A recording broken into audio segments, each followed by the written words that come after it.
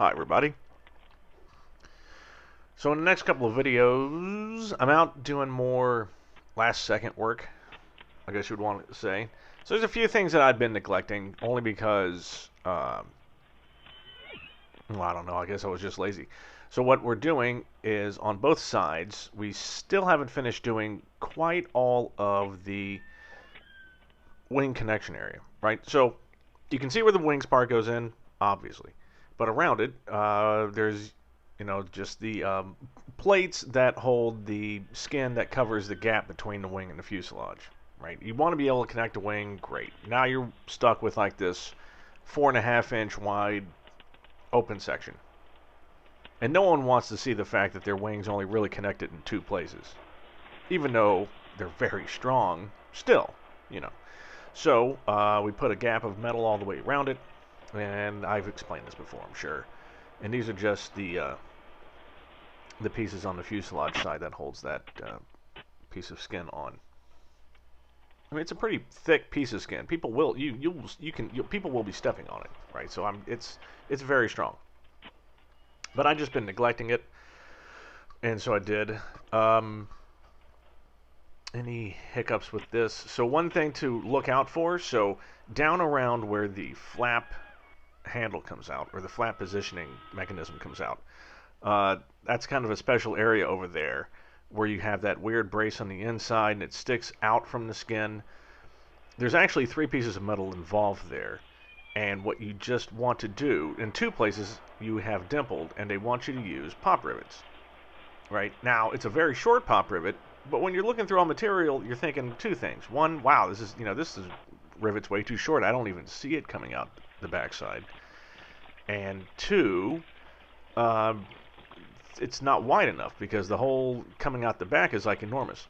The point of it is just to rivet or pop rivet the brace that's going along the fuselage skin and the fuselage skin itself, right? Not the inside bracket that deals with the flaps. So the idea behind those is just that it holds those 2 in place.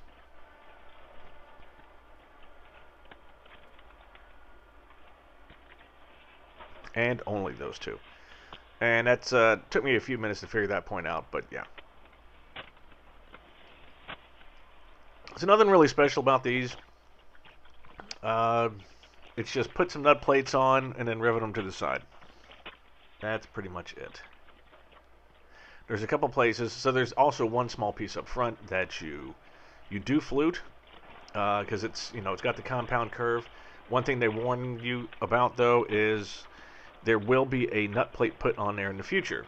Basically, once you fit the wings up and then that skin goes on, because I guess not everyone's fits 100% the same. That's where you will drill later. So all they do is make sure that you don't flute where you'll be drilling later. So don't do that.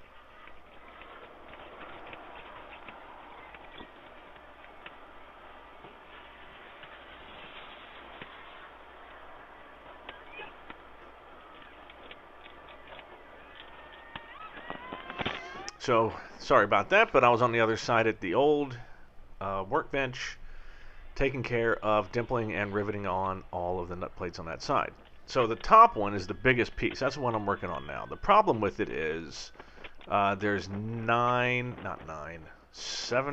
well, there's a large amount of nut plates that you rivet on, but you don't rivet on 2 of them because you can't get around to riveting it on to the fuselage until after. So what I did here was I also forgot to dimple it because I'm an idiot. 4 of the last 6 holes are dimpled.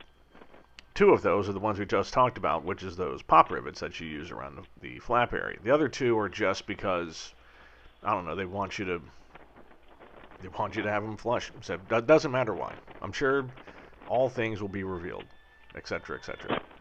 So I had to drill it out real quick, dimple it, and then put it back on. And you're welcome for the lovely camera angle. Ridiculous. So I'm definitely back from vacation now. Even though I recorded this way before I went on vacation. In the next video, we're going to keep working on some stuff, and then I'm going to explain a little bit in more detail about the avionics. It's not an avionics video, but I'm going to rant against avionics. I mean, in a good way. So, thank you for joining me, and see you soon.